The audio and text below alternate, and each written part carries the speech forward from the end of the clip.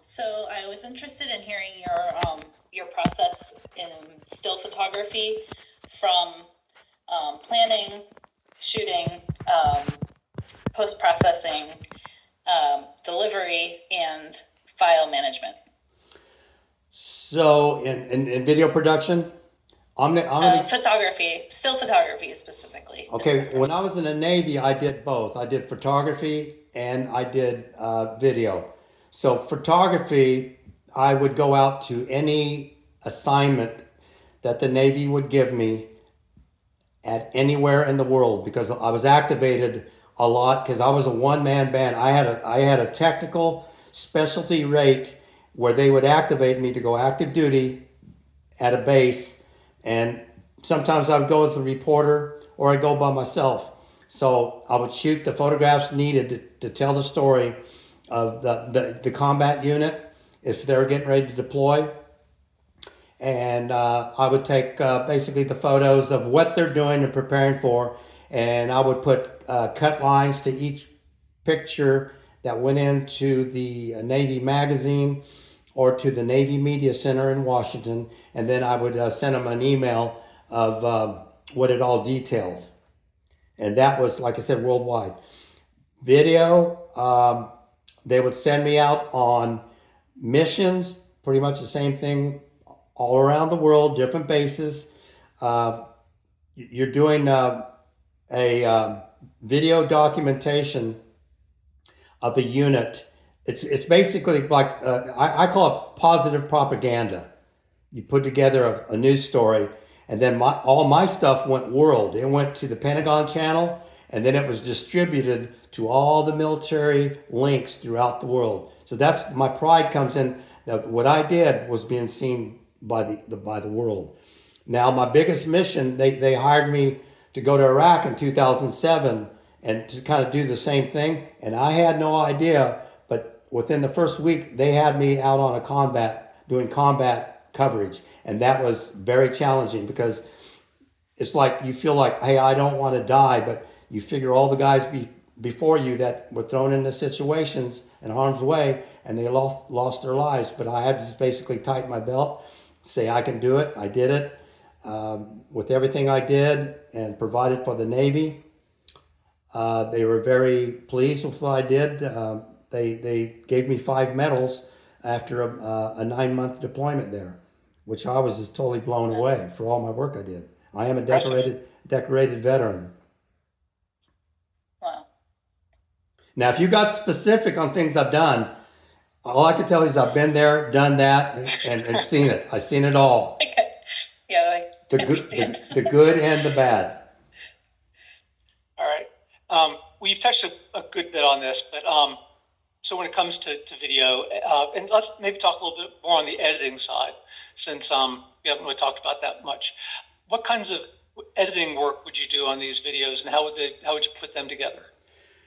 I primarily work on the Adobe Premiere, and I worked on others. When I was in Iraq, they had us on other smaller systems, doing stuff on. If I can remember Sony or something. I can't remember the software, but I had to do a lot of radio broadcasts for the American Forces Network. A lot of radio, but a lot of it was American Forces Network. So you said editing, right? Yeah, but particularly on video editing. So you would do your own video editing on your own videos? Yes, I would shoot the video and then drop it in the timeline, and I would consolidate each clip. I kind of because I always give it a little padding, and I would shrink them down, bump them together, a lot of dissolves, and then I would insert my trying to think of the word, my sound bites. I drop in my sound bites, and then when there's during B-roll, I would put in my voiceovers. So most of all the stories I did, I scripted them, I voiced, and it's basically a news story. I was very good at what I did as a journalist, photojournalist.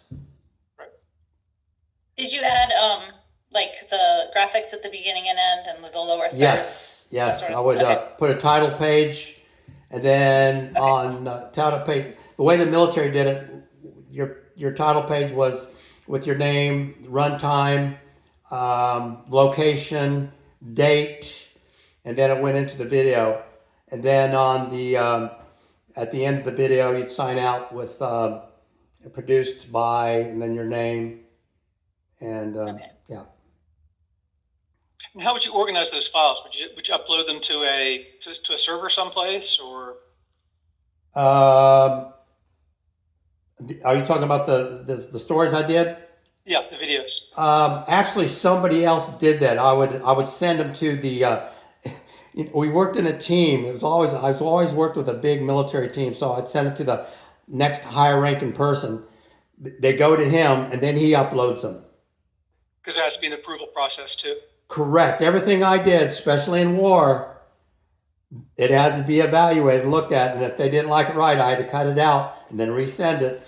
And then the higher ranking people that cleared it, they're the ones that sent it in, and then it was uplinked. That makes sense. Because hey, there's things where I've had.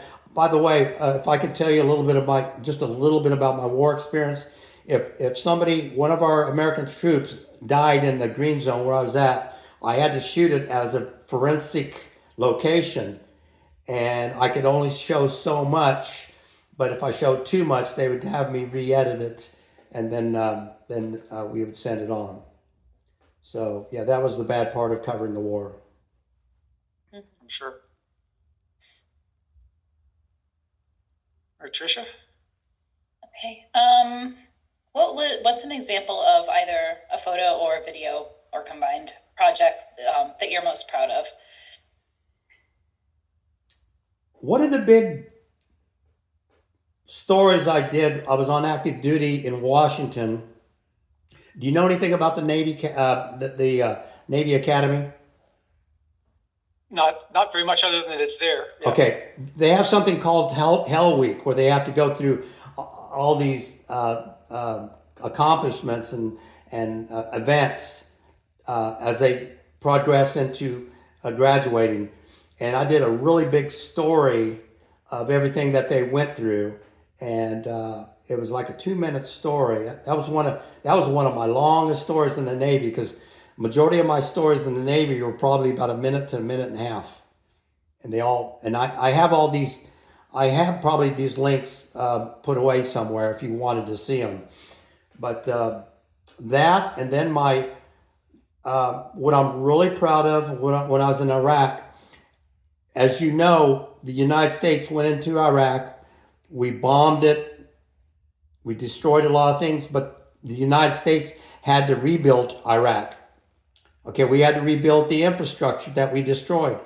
So when I was there in 2007, I had to go documentate the reconstruction of all these places. They call it SWET: sewer, water, electrical, and trash.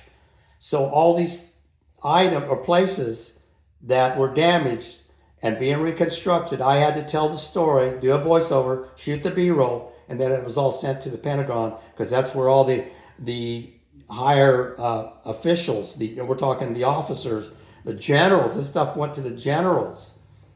So I worked at the very top of the line in the Navy Department with the CNO, which is the Commander of Naval Forces, directly in his office, and I would interview him, but they saw this at the very top.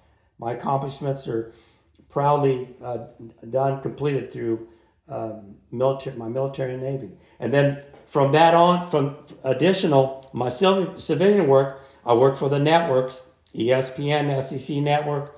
I do UF football, all the sports in the region, and we provide the best quality we can broadcast sports. And you know what? Steve McLean knows me very well. He would even vouch for me and my experience. Okay, that's good to know. So what sorts of cameras you've probably worked with a large range of cameras over the years.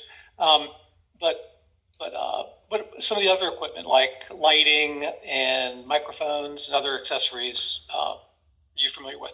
I could say I'm familiar with everything because, especially in television, you got to know all connections, all cables, how the runs, and that's in television. For photography, basically, you got to know your everything from your lavs, your handhelds, your XLR, the BNCs, everything that's connected to provide the proper audio and video links. I'm pretty much familiar with all cameras, going into settings, adjusting the audio. I've worked with multiple cameras, multiple ENG cameras, and then of course those the big hard cameras we do in television, the ones with the lenses, the $200,000 lenses on a tripod. So you have to know, if you're a photographer, you better know everything, how that thing functions to correct it. If you got deficiency, you got to know how to correct it. Fortunately, our equipment's a little bit lighter, so you won't strain your back on it. It's like we use a Sony A7 for video and for photos. So we have some different lenses and lighting equipment. And lighting, I've been a lighting director before. We set up entire big stages for, like, NASCAR. They have those little stages that they put up with all the cameras and the lightings up on the truss, and then you got to put in the scrims, the filters. Yeah, and you don't do that by yourself. You do it with a team because we're all on ladders. People are handing you things, and you got somebody, a director, telling them where things going. I've done all that. Very familiar with it. How do you handle your work when you have multiple competing deadlines?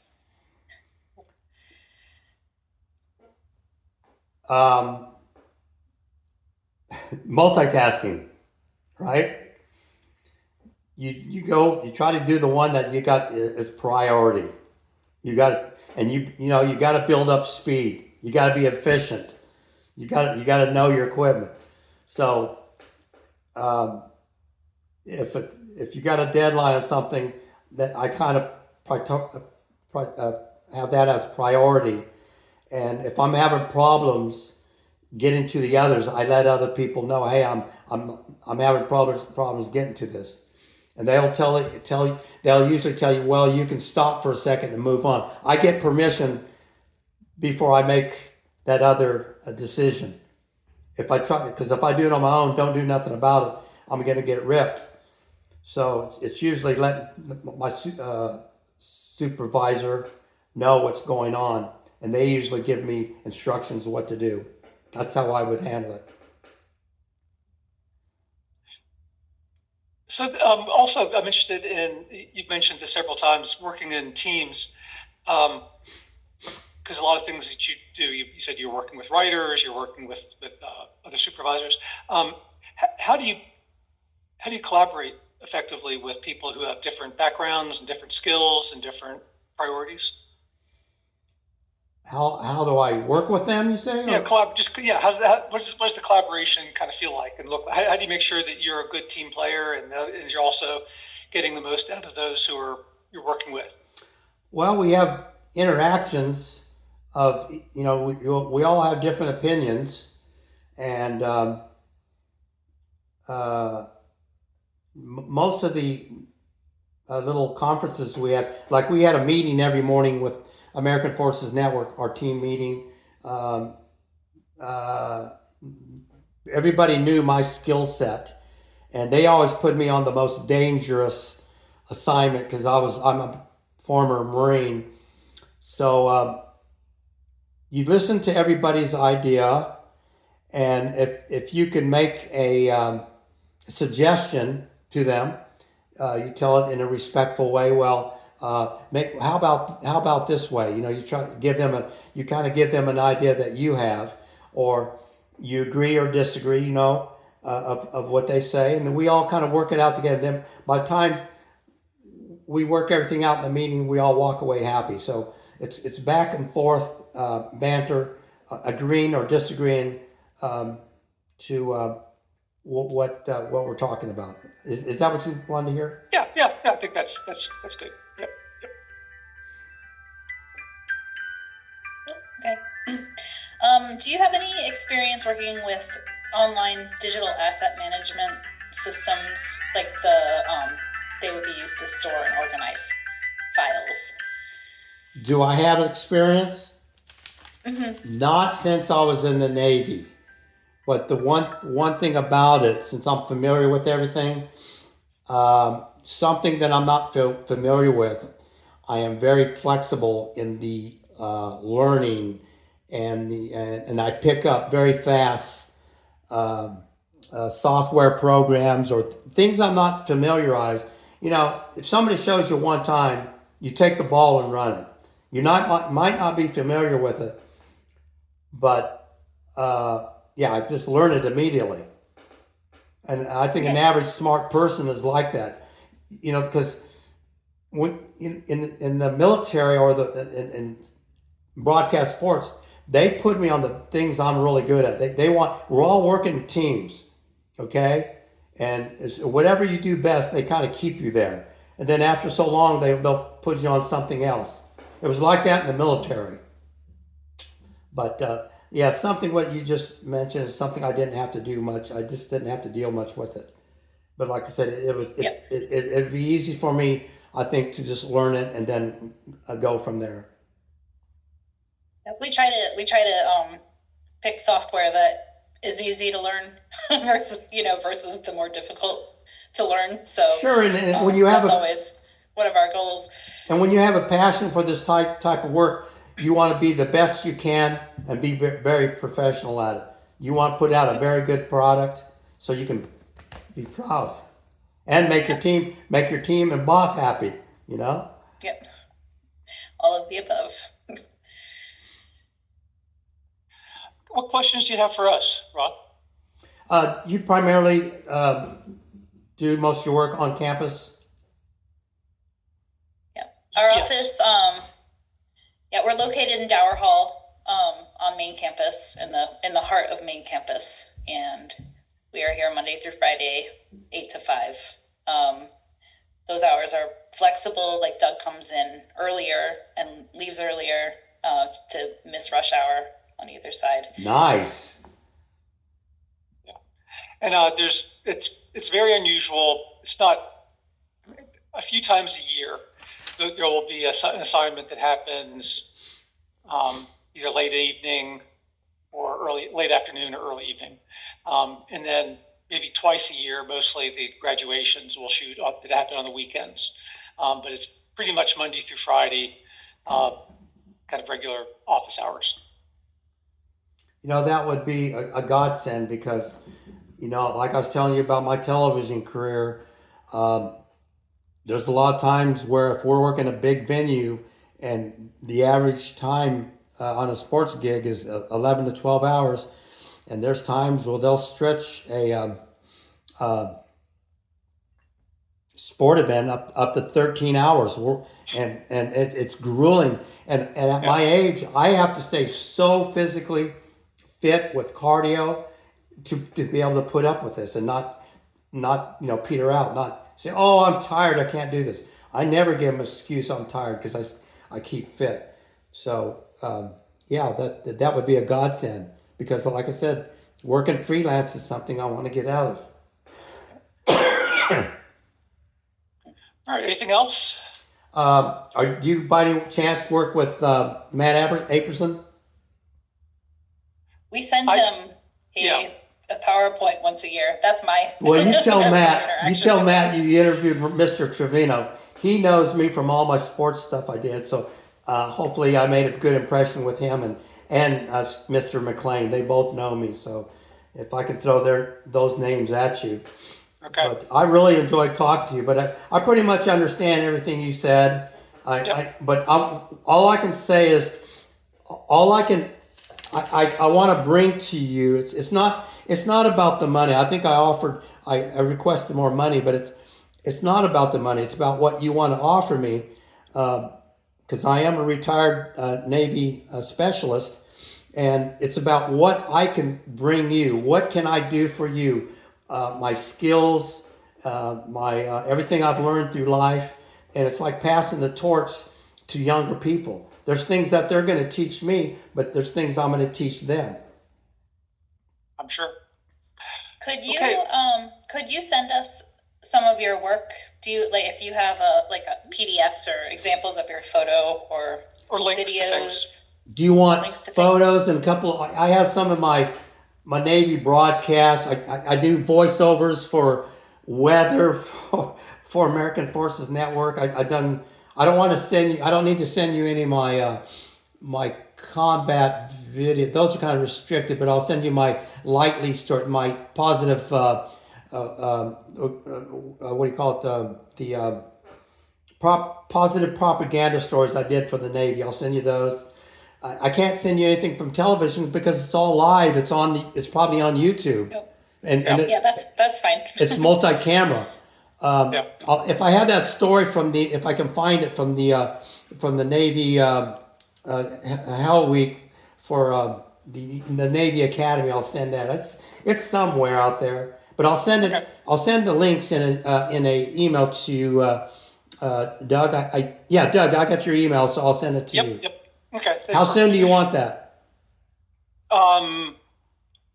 ASAP. Next week. Okay. Early next week is even fine. If you can get it to us by Monday, that'd be perfect. Okay. Yeah, and I'll tell you what, I would absolutely just love to work a position like you where I just don't have to run around the world. I'm always running around everywhere, and it's just grueling.